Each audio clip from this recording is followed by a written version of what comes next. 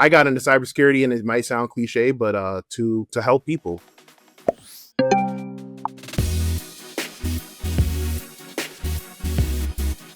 Hey, Channel Insiders. I'm your host, Katie Bavoso, and welcome to Channel Insider Partner POV.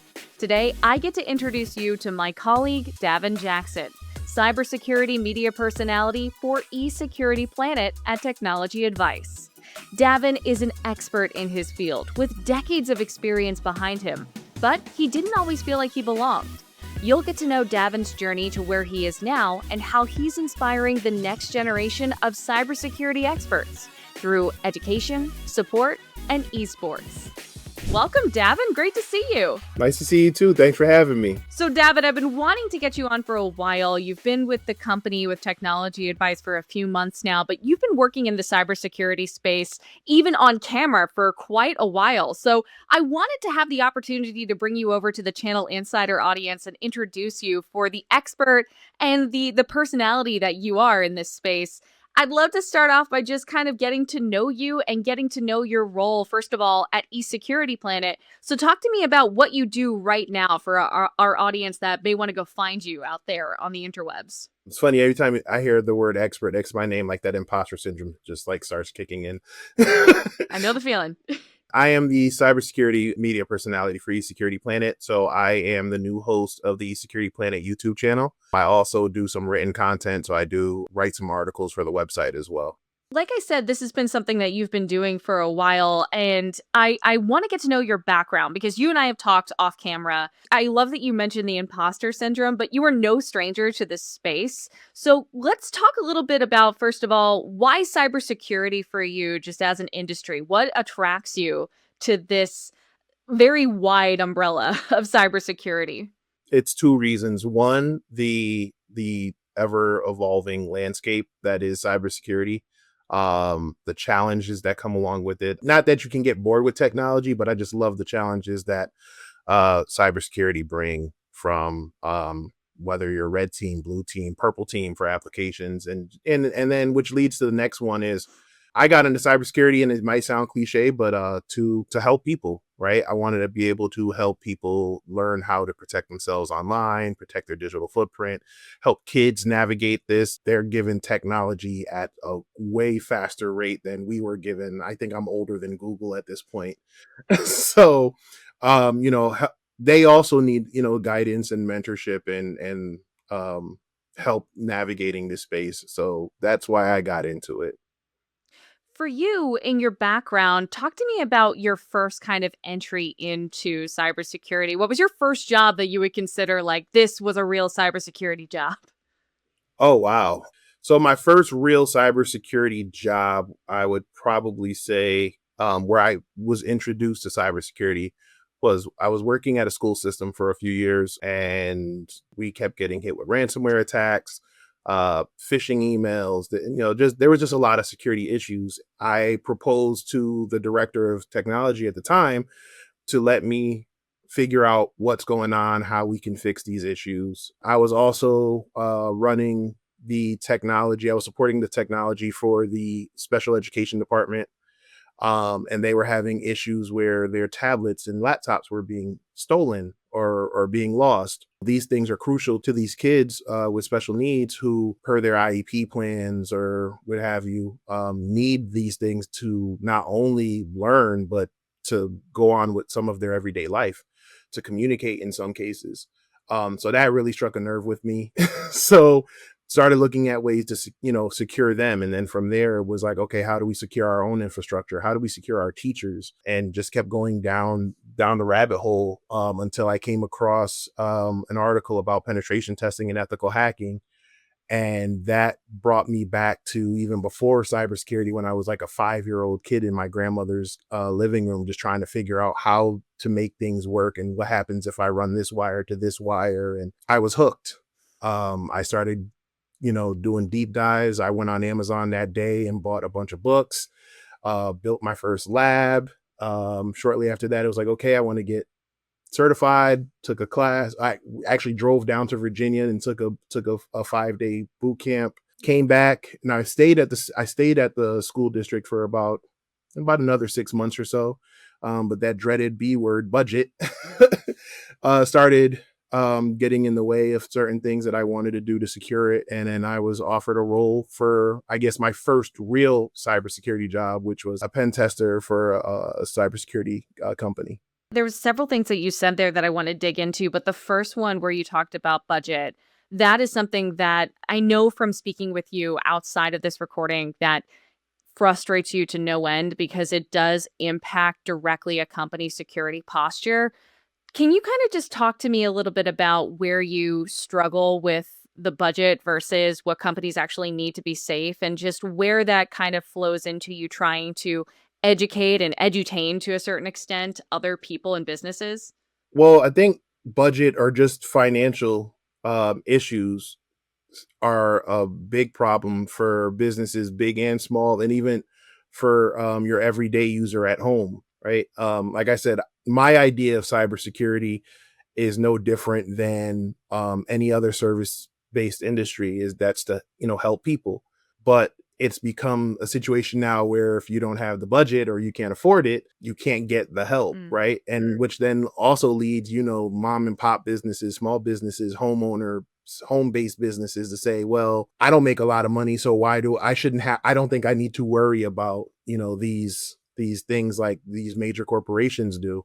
And the fact of the matter is cybersecurity is something that everybody should worry about, from not just from a personal standpoint, but from a business standpoint. And I don't feel like there should be a massive expense, for to be able to help protect one's self online. The average person watching this, should they think of, oh, I need a lot of money to protect myself or my business online? Is it that there's practices that you see are often being overlooked because people don't know that you can take steps without having to put a huge investment in there? Absolutely. I think that's not talked about enough. The open source, Mhm. open source tools that you can use, or just basic things like having antivirus software. I know it sounds crazy these days where people are like, it's not a thing anymore, but those little things can all help. We talk about defense in depth, where it's the concept of layered security. Is no different than having, if you have a fence and then you also have an alarm, you have a lock and then you have an alarm on your house. I think, everyday users should also do that, as well as practice, safety when being online, not oversharing any information, avoid clicking any links, checking phishing emails, never trust, always verify, that zero trust concept. You can apply that at home as well. So these are things that you can do every day that are cost effective or even cheap or even free, in some cases, where you can immediately improve your security posture. I'd love to dive a bit more into your background because I feel you're being very modest when it comes to several aspects of your background because I know that this has been such a journey for you. And I'd like to kind of express that not only have you been a pen tester, but you've also been an educator with other social media sites. You have had your own platforms in which that you've used those to be able to educate the public and to be able to tell them various cybersecurity stories. You've started a center in which kids can come and they can learn esports. Like I don't know how to hype you up anymore because I'm so excited about it right now just talking to you. But you also still go and do education presentations at different events.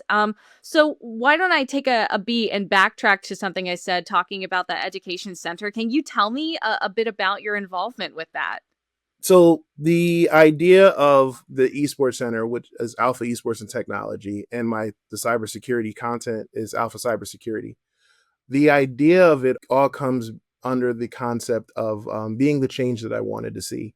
So when I got into cybersecurity, the first thing they tell you is to find a mentor and have them help you navigate through this massive world. And the person who I deemed to be my mentor was actually my instructor from the penetration testing and ethical hacking boot camp. So if you're watching this, shout out to Keytron Evans. He knows I hold him in such high regard. But he was the first person who made me feel like I belonged in this space and that I could do it. But even before that, like I was talking about being, that kid in my grandmother's basement putting things together. I grew up on video games, right? I grew up on video games and anime. Like I am a huge nerd. So my earliest memory or my first quote unquote hack would be um, getting a video game system, a console system to run Japanese games on American systems. All because there was a Dragon Ball Z game that was in Japan that we wanted to play. And I always think back to what if I had someone in my corner when I was 15, 16, 17 years old to say, hey, here's this path you can take that, you may not have known was actually there for you. Because when I got to about 16, 17, I was somewhat lost. I knew I wanted to do something in tech or something in media, which is funny now that we're here full circle. But I wanted to do stuff like that. And I actually got accepted to a few colleges, but I ended up going to the military and was an aircraft mechanic. Thank you for your service. Thank you. So I was a aircraft mechanic on the F-16 and then later on the stealth F-117. Awesome jets, but there's no fighter jets in the civilian world. So when I got out, I was lost again. And I credit my wife, who was my biggest supporter, as well as the foot in my behind that I needed when we were pregnant with our first child. I had just left another company, and she was like, if there was something you wanted to do, what would it be? And it'd be tech. Halfway through my career in cybersecurity, I started getting a lot of questions about how do I get started? How do you build a lab? What is Kali Linux and things like that? And I wanted to be able to answer all of those questions, but I'm only one person.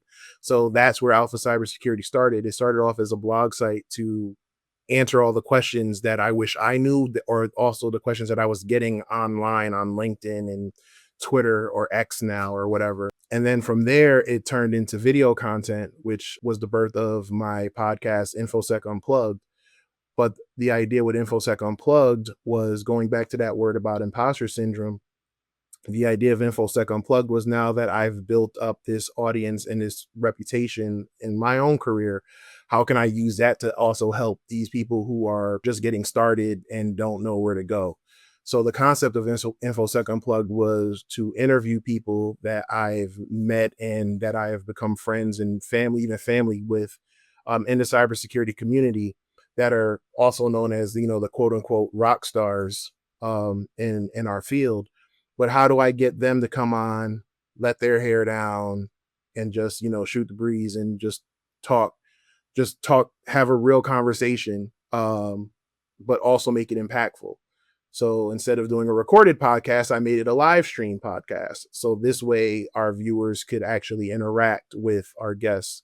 So I've been blessed to have, Dave Kennedy from Trusted Sec. I've had Rachel Toback, who is just awesome. And I'm not trying to plug my own stuff, but she has been amazing. Tyrone Wilson, who runs the biggest cybersecurity meetup group in the country. Mary Galloway, who's the CEO of the Women's Society of Cyberjutsu. Jessica Gulick, who runs the Cyber eSports Foundation, where they're actually making cybersecurity stuff into a sport. And the one thing that they all have in common is that they all had to start somewhere. And now that they've gotten to a point, they want to help the next generation and bring more people in. So that's where the podcast took off. And then I'll probably say like late 2019, I would say. We had just moved to Georgia and my son had joined an eSports group. And during one of the practices, they were talking about Fortnite strategies, and something about it, I don't remember the exact line, but something about it clicked with me that I was able to explain the 5 phases of a penetration test using this Fortnite analogies. And I remember immediately, like I was still at the practice and I wrote the concept of the presentation, and I gave the presentation at a conference that winter. And my thought was, if I can get the cybersecurity crowd to buy it, then I know I got something. And they loved it. So it was like, okay, how do we bring the two worlds together? Because this is exactly what I wanted to do. How do we bring in the next generation, but bring it in a way that they can relate to it? Because when you talk about cybersecurity, a lot of people think it's this advanced rocket science. And it's like, okay, how do we make it more digestible and for them to better understand.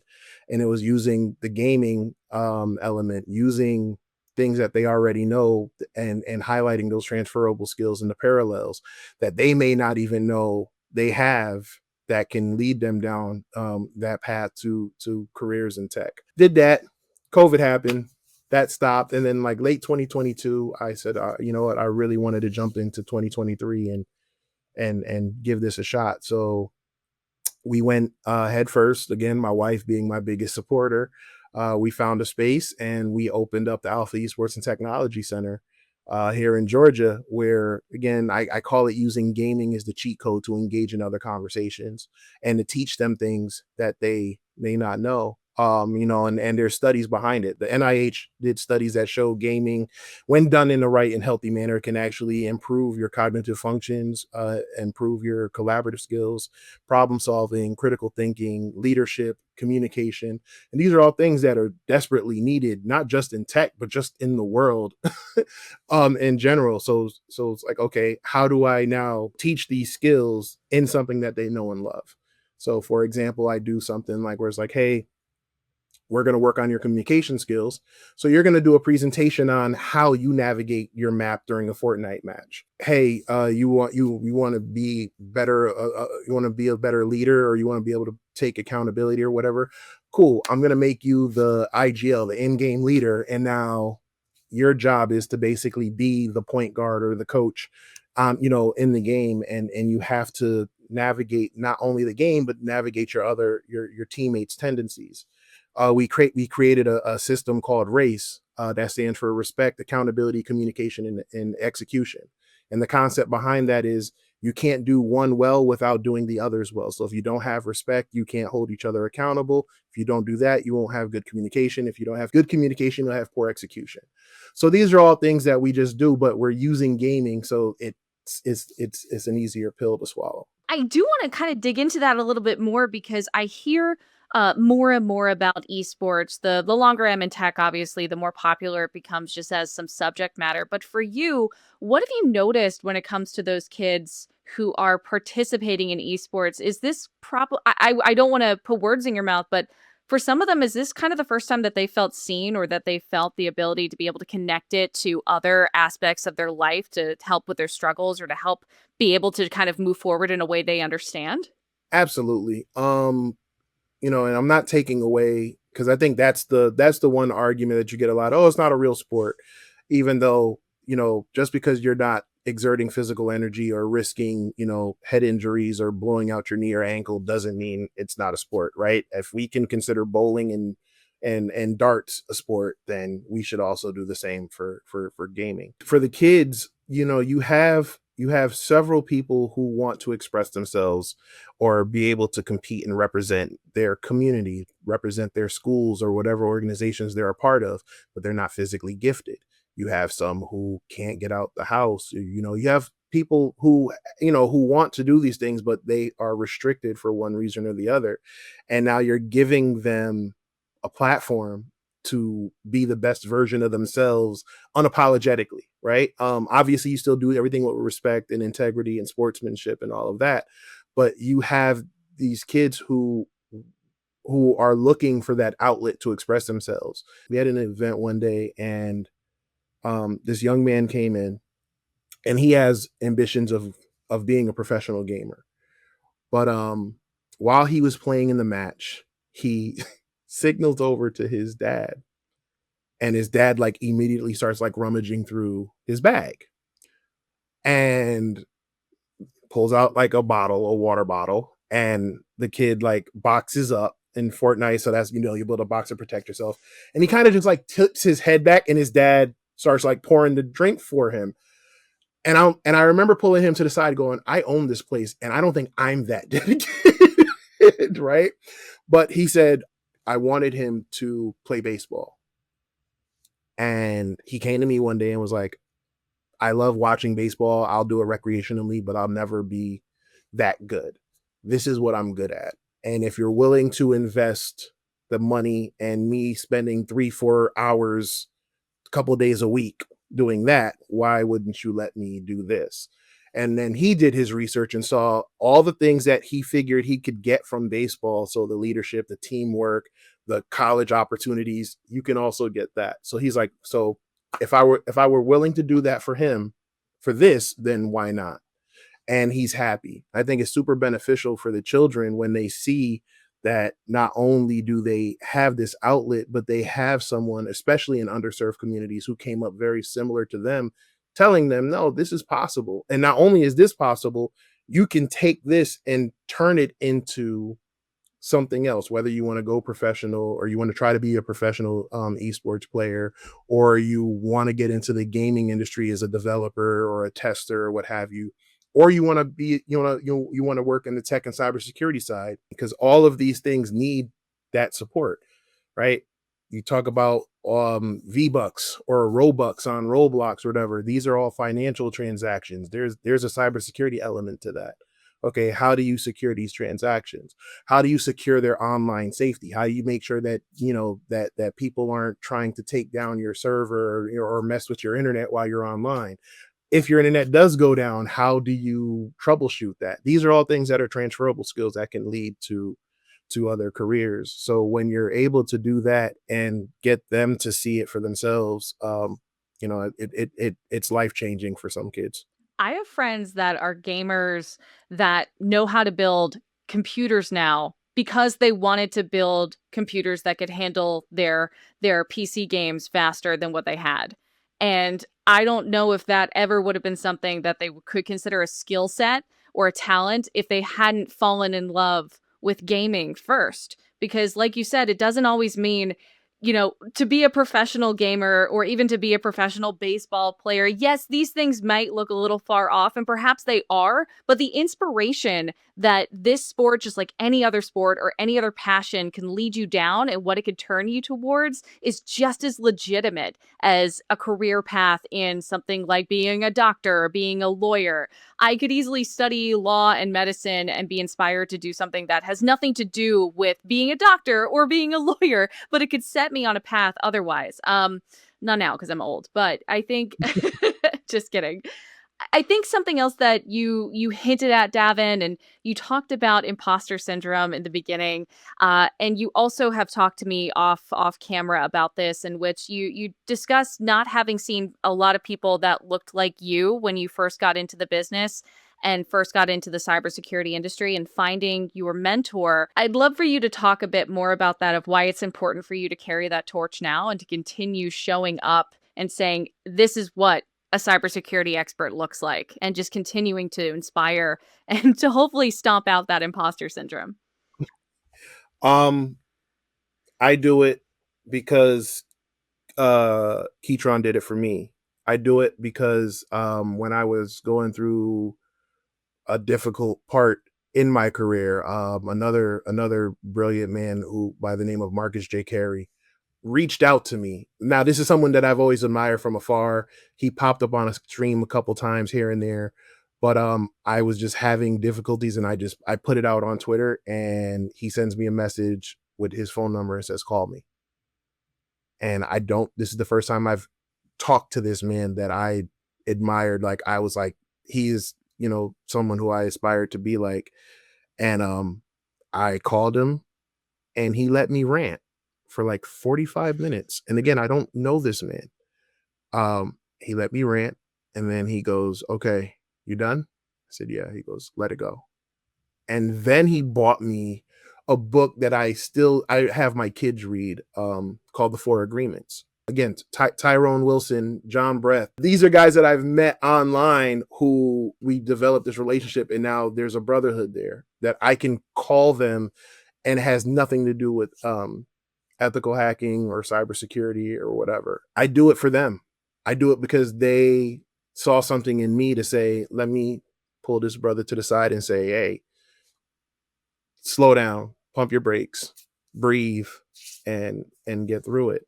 But I also do it because, like I said before, I want to be the change that I want to see. The one what if that I always ask myself is, what if I did have someone there sooner to say, hey, let's take those talents of yours and show you how to do something with it? What if I had a mentor when I was going into the military and I didn't know anything about tech or something like that to say, did you see your ASVAB scores? Let's look at these options over here. Where would I be in my career?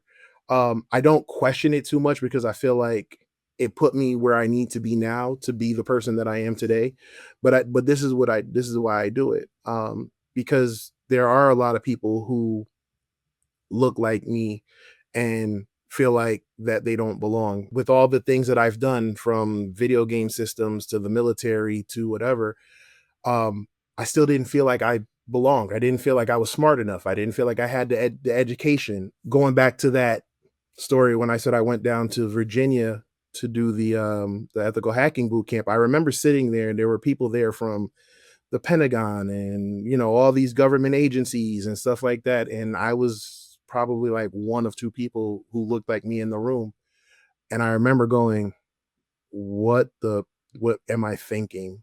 I just spent all this money. I don't belong here. And I remember literally going, maybe I can get my money back, like maybe I could get some of it, something like that. Right.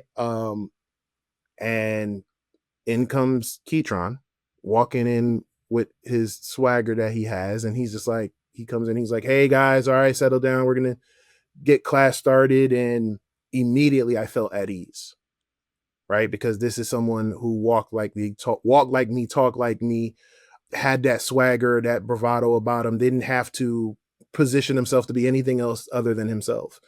But then not only that, he sat with everybody, right? So we would go through our boot camps, 8-9 hour classes, eat dinner, and then we would do lab stuff. But there were nights where he sat up with us till 1 in the morning, 2 in the morning, to make sure we understood it and were able to apply what what we just understood.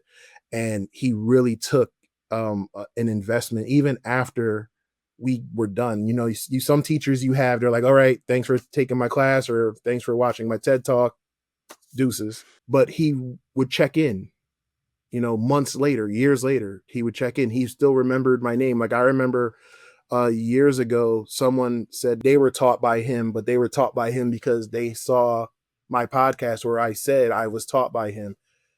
And I was like, man, I hope he remembers me. And they were like, does he? I actually mentioned you. And he's like, oh yeah, he's like one of my students. If I didn't have that moment where he walked in and was his unapologetic self, would I be here today? So now my goal is to do the same exact thing, because that can be life changing. I'm so pumped up right now. I feel like I could honestly do anything. And that's because of you. And thank you for sharing that with me and being so honest and vulnerable about it. Because I think it is so important to continue to talk to the people out there that are you, or a different or younger or less mature version of you. And I think that's so important to inspire the next person in line and give them what you needed to hear and potentially didn't have when you were that age or in that position. I want to kind of move forward thinking about, you know, that next generation a little bit more and discussing where cybersecurity is right now in this day and age. For those who are our international listeners and viewers, we're based in the US talking about this with a lot of that viewpoint, but it is an international issue and an international industry. For you, we talked about budget, but what do you think right now is in impacting society the most when they're thinking about cybersecurity? And I'm not talking about a good thing. Like, what do you think is holding us back from really being able to protect ourselves right now? I think we're getting in our own way. And by us, I mean just the business of cybersecurity. I love being a hacker. I don't necessarily enjoy the business of InfoSec. Hmm. And it goes back to what we talked about as far as I thought we were here to help people. And that's twofold. So that's not just from people who can afford it or just the business side of it, but the people who want to get into it. They're making it harder, but while at the same time complaining that there's this talent gap, there's this talent shortage, there's X amount of hundreds of thousands or millions of jobs that are available, and we don't have enough qualified people. And while some of it is true that some jobs do require extensive amount of experience or education, and I should go off and also say that cybersecurity isn't quite like an entry level role. Like, I always feel like you should probably start off doing some type of help desk or SOC or something and get that experience before you transition. Because if not, it's like drinking through a fire hose, with a straw. I think we get in our own way with the barrier of entry. Making some of these things so expensive, the training, the certifications, and I get it.